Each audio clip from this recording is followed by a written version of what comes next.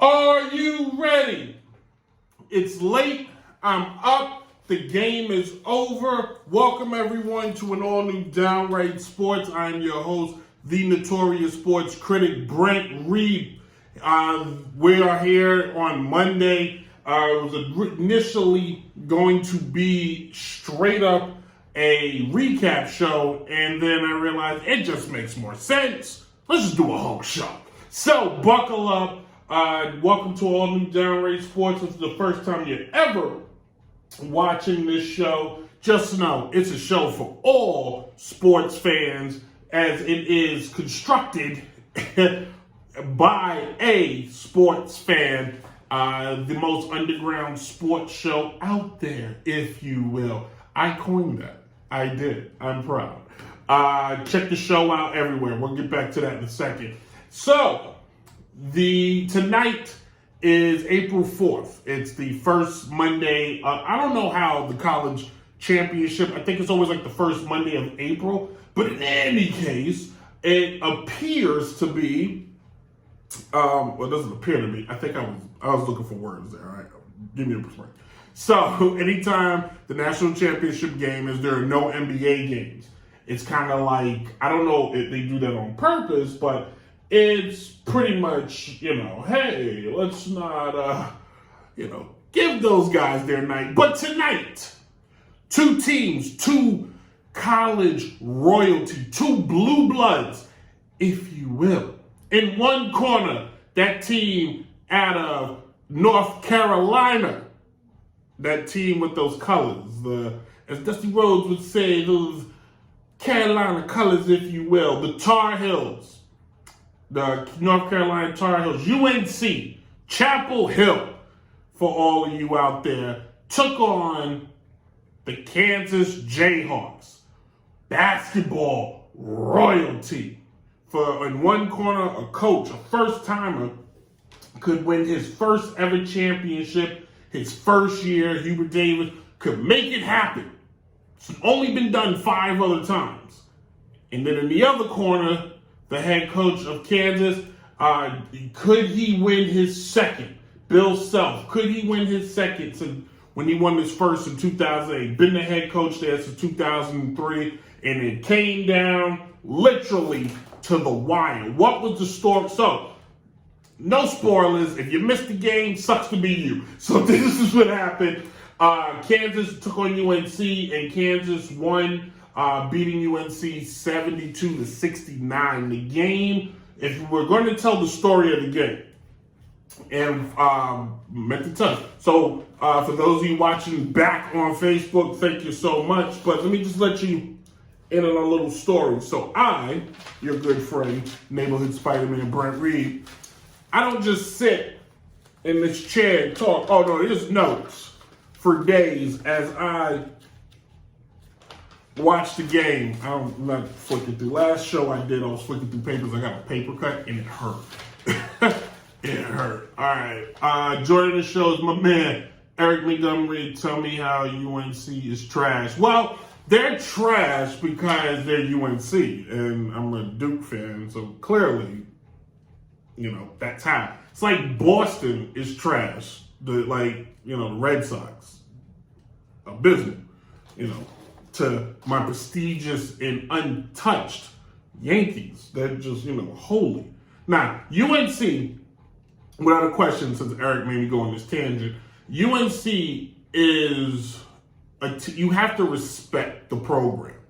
Not to do my best Trump impression. You put your hands together and your shoulders go up, and you got to do it. You got to respect the program. Good program. There are good guys on both sides. Good guys on UNC. Good guys on Duke. Good guys everywhere. They're very good players. I myself was a very good player. I really wasn't. But the history of UNC, and I think what makes you, if you're a Duke fan, what makes you root so hard against UNC, which we're going to talk about me rooting against this in a completely different way. But the thing is, because they're good, it'd be different if UNC was like Wake. If Duke's rival was Wake Forest, it'd be boring.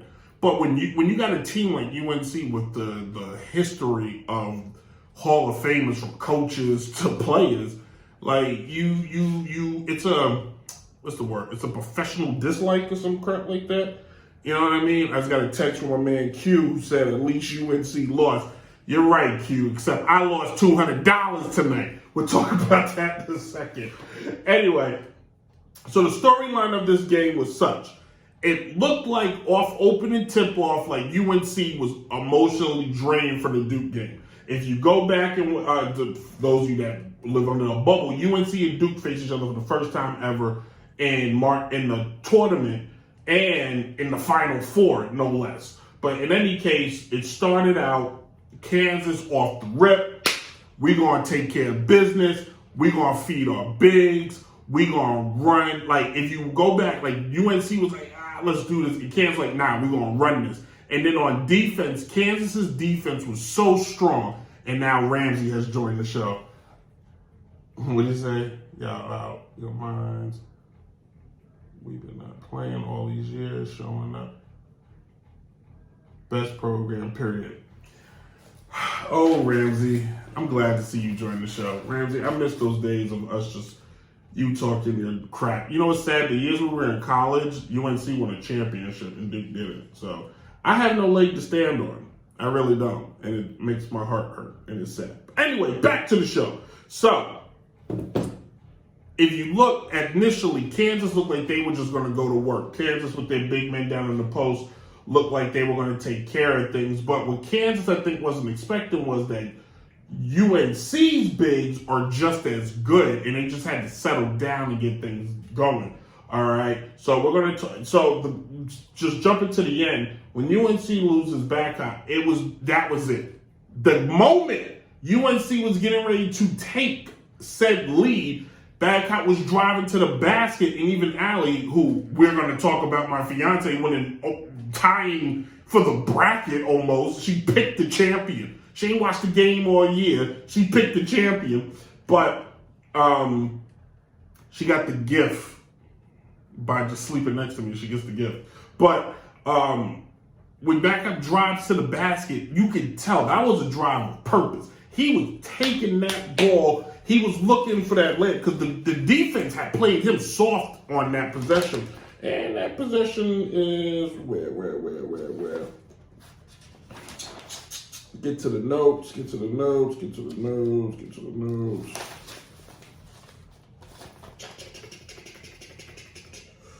Babcock strong. Did I not write down when he got hurt? How the heck did I not write down when he got hurt? It's the craziest thing. Oh, here it is. Nope.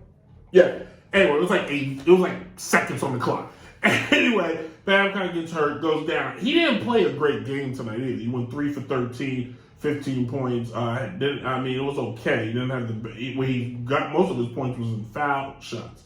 Here's the crazy part: 15 boards. He is a strong young man, and he took care of business. But let's get back to the game. I'm getting sidetracked. All right. Shout out to Ramsey and Eric for writing in on the show. Appreciate it. Distracting me. Stop it. I wag my finger at the screen like they care. Neither have listened to me ever in my life. If you go back and watch the first half of the game. Just pay attention to the first half of the game and watch how you see Kansas just at their will. Because at one point in the game, when we get to my first set of notes, yeah. So at one point in the game, the score. I'm probably gonna start taking the score down, but I can pull that up anyway. At one point, Kansas looked like they were just going to run away. UNC couldn't score. They had 3 points, and they couldn't score. Kansas out the rip hit a 3, a 2, and they got 2 foul shots. Out the rip, they were just up. And then you can slowly see UNC just basically all right, you know what we need to do? We need to take this over. We need to make sure that they're not just running. Let's put this pressure on, let's just take the bigs out the game, because initially Kansas was kind of trying to feed the post and thought they were just going to work. UNC starts causing turnovers. Now, turnovers is the true storyline of tonight's game. It was the difference maker, and it tells the story of 2 halves. Okay, tells the story of 2 halves. So in the first half, Kansas was the team that had the most turnovers in the first half of the game. At one point, Kansas basically was, I think it was 5-2 Kansas in turnovers, and they weren't silly turnovers, like where they were just throwing the ball away. UNC was causing these turnovers. The other thing that put UNC ahead was UNC was able to just start getting offensive boards, giving them second chances. At one point, they had so many every second chance they got, they scored on at one particular point. If it was the 8 minute and 28 second mark, UNC's up 20-18. UNC has now created a new pace for themselves. They're getting second chance opportunities, 15 points off of second chance opportunities, which is amazing if you think about it. And if you're watching that first half, especially how it closed out, now soul in the world, unless you root for Kansas solely, thought to themselves, "Oh no, Kansas is going to come back." In fact, never in the history of the college basketball championship had a team come back from a 16-point deficit, in which that's how the first half ended. The first half ends pretty much UNC in control, taking care of business, basically just, if you were a player on the team, you went into that locker room feeling confident, feeling good, feeling you asserted your will, if you will. And then the second half, that's why it's a game of two halves. Second half comes along, and the game takes it doesn't take a crazy turn, but it's starting to take a slow turn, a very slow turn. And I'm just looking for one thing. Is this what I was looking for? I think this is what I was looking for. Okay. So, just show me the second half. The whole thing in the first half? It is. So at the end of the first half, the final score was 40-25. That was the end of the first half. And you're saying to yourself at this moment, and the crazy thing is, if we look at the whole dynamic of the game, we look at the box scores and all that stuff, and a lot of the stuff I'm doing in real time because the game ended and I jumped right into it. Next year I'll do a scoreboard. No. But you could the main players in the UNC team wasn't the usual suspects. Babcock was kind of in it. Manic he hit 2 big threes to close out the first half. I mean, 2 big threes. Manic was playing more of a defensive style of game. Now he's I can't see him in the pros doing anything special. But college-wise, that's what we're talking about. College. He is the ideal college basketball player, that Bill Walton-like look, if you will. I mean, he has that motor that just doesn't quit. He did lead the way, 13 points, 13 rebounds, 4 blocks. Huge game. But neither team had their key guy, if you will, lead the way, because for Kansas, Christian was the lead scorer with 12 points in that game. Here we go. So, Baycott and Maddox both, Baycott and Davis tied, leading the way with 15 points a game. Love 13 points, but here's where UNC couldn't just seal the deal. Davis 0 for 5 from the 3, Love 1 for 8 from 3, and a guy now Babcock did what he did, 3 for 6. That's what he hits those shots. But if you look at where he could have contributed more, he only went to the foul line. He was 2 for 2 from the foul. He barely made any trips to the foul line. And for a guy that plays so much in the post, where were the calls? Like, there just weren't any calls. We go to the Kansas side of things, where Kansas basically, I was looking for McCammon to have a huge game. He had 15 points, 10 rebounds, but he kind of faded away as Blackhawk was able to play defense on him and control what he did. Now, late in the game, give me the ball, let's go. But Charles Barkley said it best at halftime. Hey. If your post players ain't doing anything, because UNC's posts you're not pushing them out the way, the guards need to take over. And exactly just like that, the guards were able to take over. The guards were able to make it a game for themselves. Remy Martin, 14 points off the bench. He's been solid the whole tournament for them. Big spark plug off the bench. He hit a big three towards the end of the game. A huge three to basically, here it is, 2:30 left in the game. He took the score up to 68-65. Hits a huge three with like a second left on the shot clock. And that, to me, you can see in the second half, you can see when Kansas started going on their little run. And I'll pull that up right now as we get ready to wrap up this first segment. And you can clearly see. So the score is 40-25, right? Now, pay attention if you will. It's UNC stays at 40 until the 17-41 mark. Then Kansas just all of a sudden goes on a tear. And then you can see for a while they were stuck. And then by the, let's just jump down, by the 14:50 mark, it's 45-38. By the 11:50-47, UNC's way.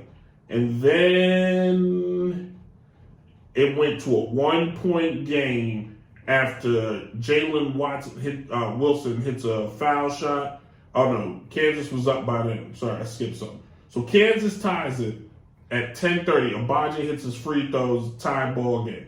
Then at the 10:23, Remy Martin hits the three-pointer, and it puts them up by 3. And then kind of, sort of, yeah, UNC got back in it. But that 3 was the 3 where Kansas was like, we got this.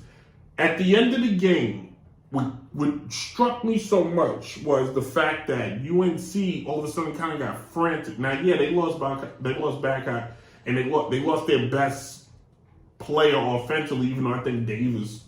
But it looked to me as if they went straight into let's just jack it. They were down by 3 and with a lot of time left and could have basically got a layup and then started fouling, and they just did not do that. Kansas proved early in this tournament, you put them on the foul line in a crucial situation, they may not hit those. They almost lost early because they couldn't hit their foul shots. And when UNC kind of, I don't want to say panicked, but basically just didn't know what to do, and then get they had a second opportunity to win it.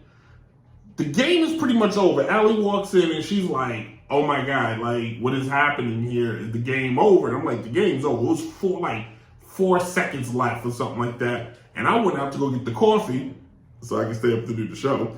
And I come back in and I'm like, UNC's got the ball? Like, I was expecting confetti and kids on the court and hugging and kissing babies and mama, I love you, and we all going to Disney World, to where UNC's getting another chance because Kansas turned the ball over. Again, the story of the game. Turnovers. And you could see that the play that was drawn up was to go to Manic, and he slips. He slips in the paint off of his screen, and he slips. Like, if you could tell what the play was going to be, basically we're going to inbound it to Love, and they think they were going to swing it for Manic to hit it, or he was going to come off and pop to the top. And he slipped, and he could not gather himself, to which Love just had to throw up like this crazy shot, and they still had another chance, and it just wasn't in the cards for them tonight. Let's wrap this up. It just wasn't in the cards. Kansas went from being the team that was getting stolen to leading it. They had 6 steals total. UNC leveled 5 blocks. The tail of the tape. Let's just do the tail of the tape here. So if we go by field goals, UNC 23 out of 73, Kansas 26 out of 66. UNC 31.5% from the field, Kansas 43.5%. You're going to win every time. Neither team shot, the threes wasn't that far apart. 5 for 23 for UNC, 6 for 17 for Kansas. Foul shots, UNC shot 81%. UNC needed to get to the foul line more. I just think they weren't getting the calls. Rebounding, UNC won the rebound battle, especially on offense. 24 offensive rebounds to Kansas's 8. 31 defensive rebounds, and Kansas is 27. But here's where you're saying to yourself, most teams that win the rebound battle win the game. Why did Kansas end up winning it? UNC finished with 13 total turnovers to Kansas's 9. Kansas was able to control the ball in the second half, something they could not do in the first half. Fouls? Kansas fouled more. Kansas 16 fouls, UNC 13. Like, you got it. And this is it. The biggest lead for UNC was 16, and they blew that.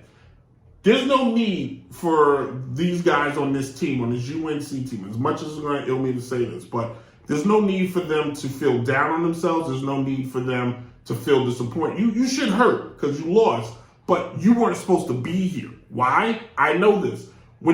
Before the tournament started, UNC's odds were so out of it. I was able to bet $1 with the potential of winning 200.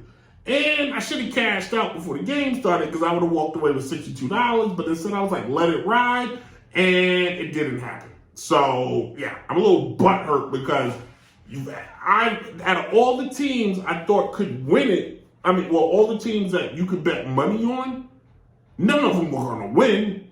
I thought UNC had a chance. Yeah. Think about how conflicted I was on Saturday. So, go figure. All right, let's wrap this one up real quick so let's talk bracket. Where's the bracket? It's going to get funky. To the left. To the back now, y'all. Chop, real smooth now. Boom, boom, boom. All right, so this is not the bracket. This is UFC. I didn't want to see that. All right, so the people who participated in the first ever Notorious Sports, celebrity, bracket, were my fiance Allie, her co-worker Corey, my man P. Stu, the one, the only Noah B, my mother who somehow didn't get in the group, and my man Tim Woodson, and I think there was one more. Nah, that was it. Myself, obviously. So, where did everybody finish? Where did everybody go? Let's look at who walked away. The lead, the champ in the clubhouse.